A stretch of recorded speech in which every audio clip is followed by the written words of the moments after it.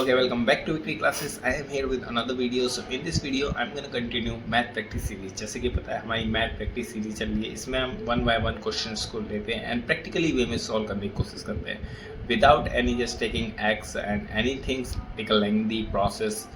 हम कोशिश करते हैं कि मिनिमम टाइम में एंड मैक्सिमम स्कोर गेन कर सकें, क्योंकि यही अल्टीमेट एग्ज़ाम की नीड्स होती है. You just try to practically solve the question. जो क्वेश्चंस में पूछा गया है प्रैक्टिकली वे में एंड ऑप्शंस के जरिए, we just try to take the question very easy. So without any further delay, let's start our question math practice series by Rishabh sir. Let's start with the slide. So okay, so let me take. Okay, so that is the slide. If the measure of the, so first question is there. एक एक करके हम क्वेश्चनों को solve करेंगे one by one practically वे में, जो हमसे पूछा जाएगा without any taking any things. जैसे कि हमने लास्ट सीरीज में भी आपने देखा होगा कि अगर यहाँ में रेशियो की जरूरत थी तो हमने वैल्यू नहीं रखी, वैल्यू पुटअप नहीं करी. So that is you need to no.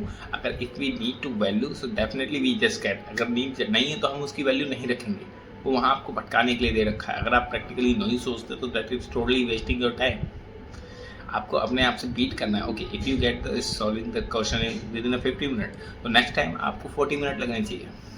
How would you take the, आपको कैलकुलेशन कम करनी है, आपको कैलकुलेशन अप्रोच बढ़ानी है एंड आपको वो ट्रेडिशनल वे में या क्वेश्चन को प्रैक्टिकली वे में सॉल्व करने की कोशिश करनी है एज मच एज पॉसिबल. जैसे कि इस क्वेश्चन को अगर हम देखने जाएँ, if the major of the each interior angle, सभी ईच इंटीरियर एंगल का रेगुलर पॉलीगन का इज है 51 से 2/3 and then ratio of the number of its diagonal to the number of its side.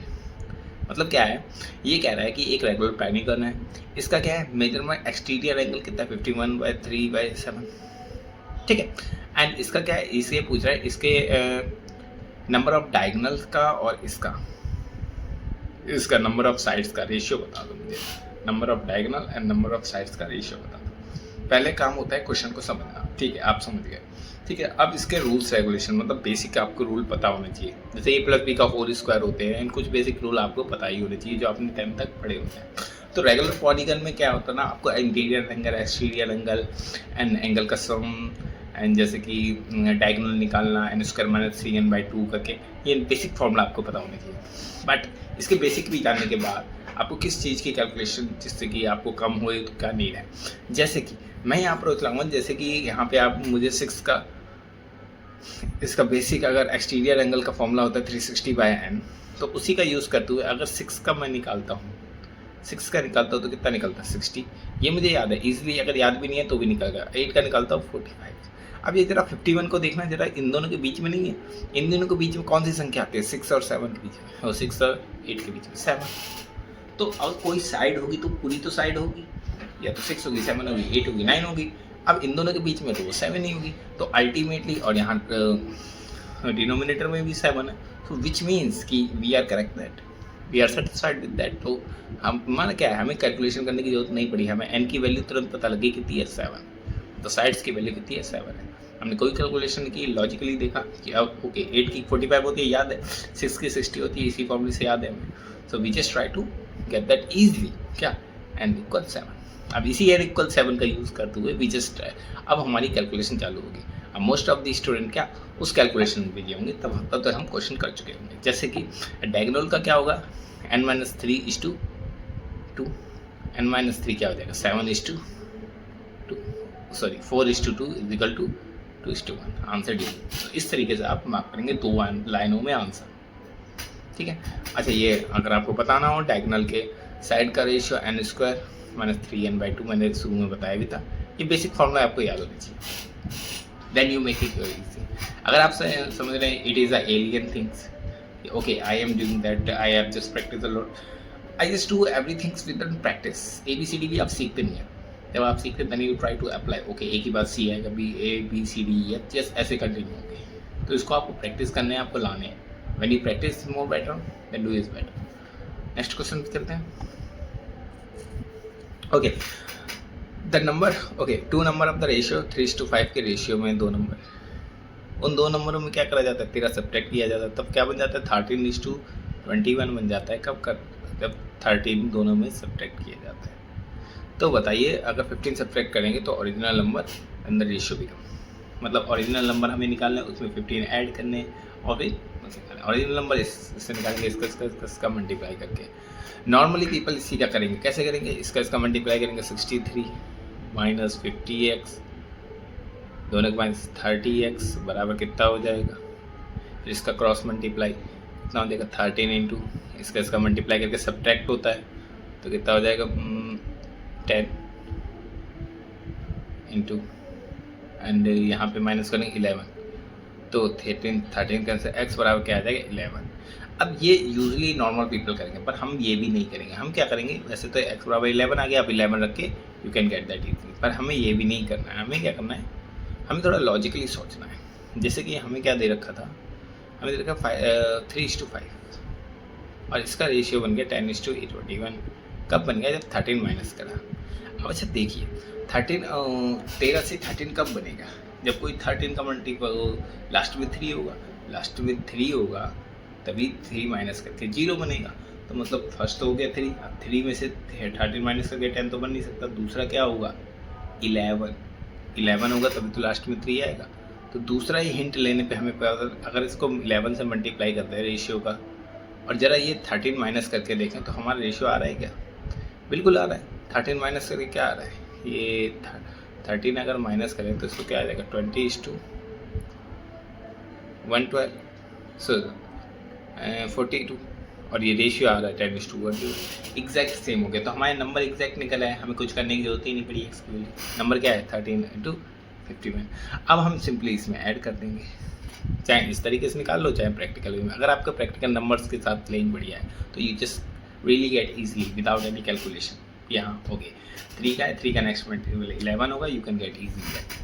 After that जब हमें पता चल गया ये है 33, ये है 55, इसमें क्या करना है 15 ऐड करना है, तो 15 ऐड करना है 48 आया एंड इसमें 15 हो जाएगा 60 आ जाएगा।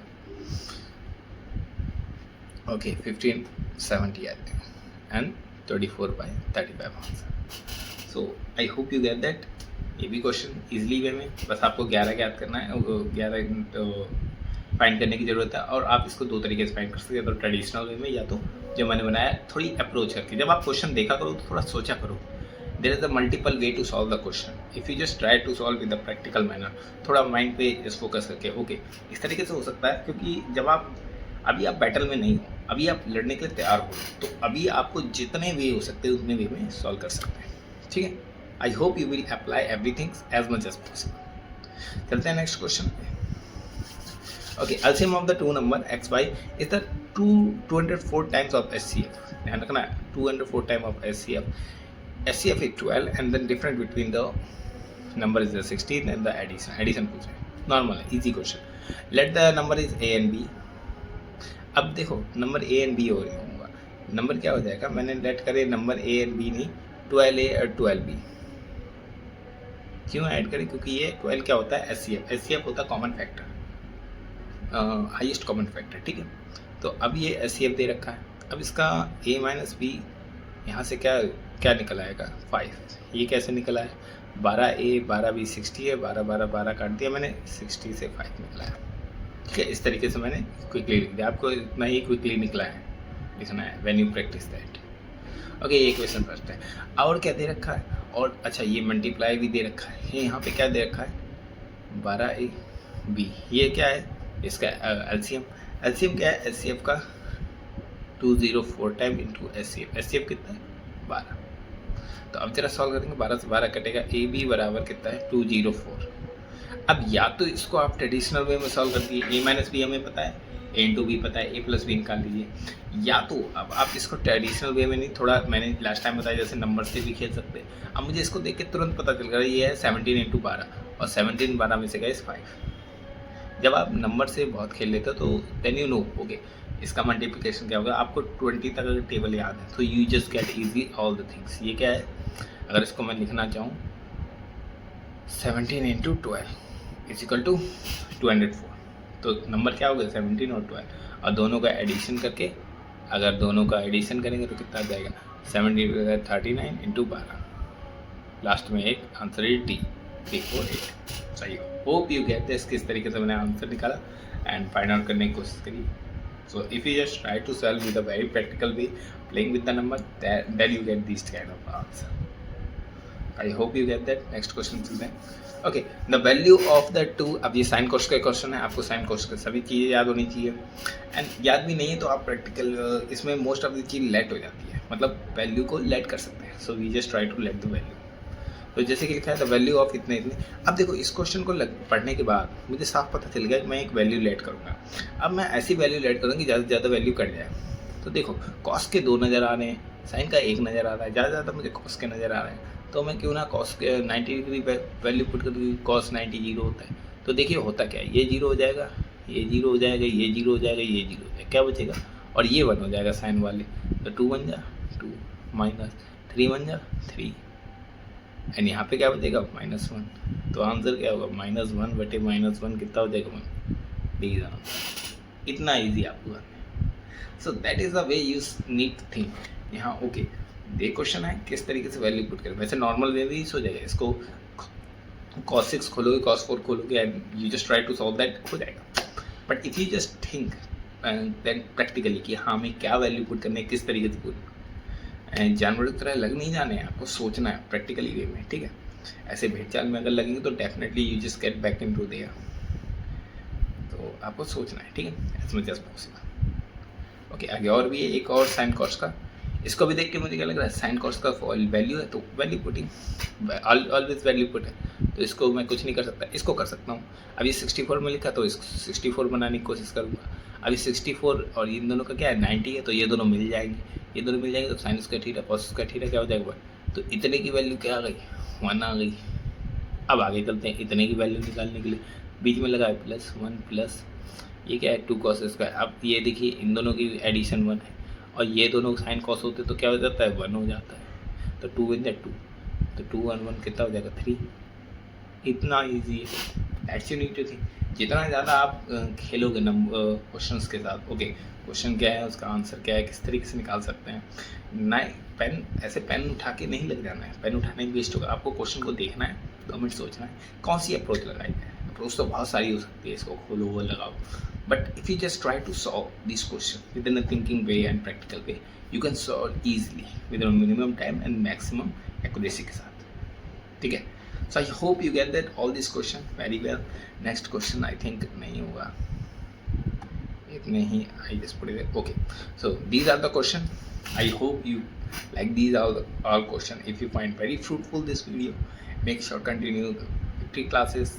And thank you for watching this video. Keep learning, like and share if you find everything very well. So make sure see every video, watch every video, but whatever make you best and improve your SSC CGL examination marks in there and get better in that. Till that, thank you, bye.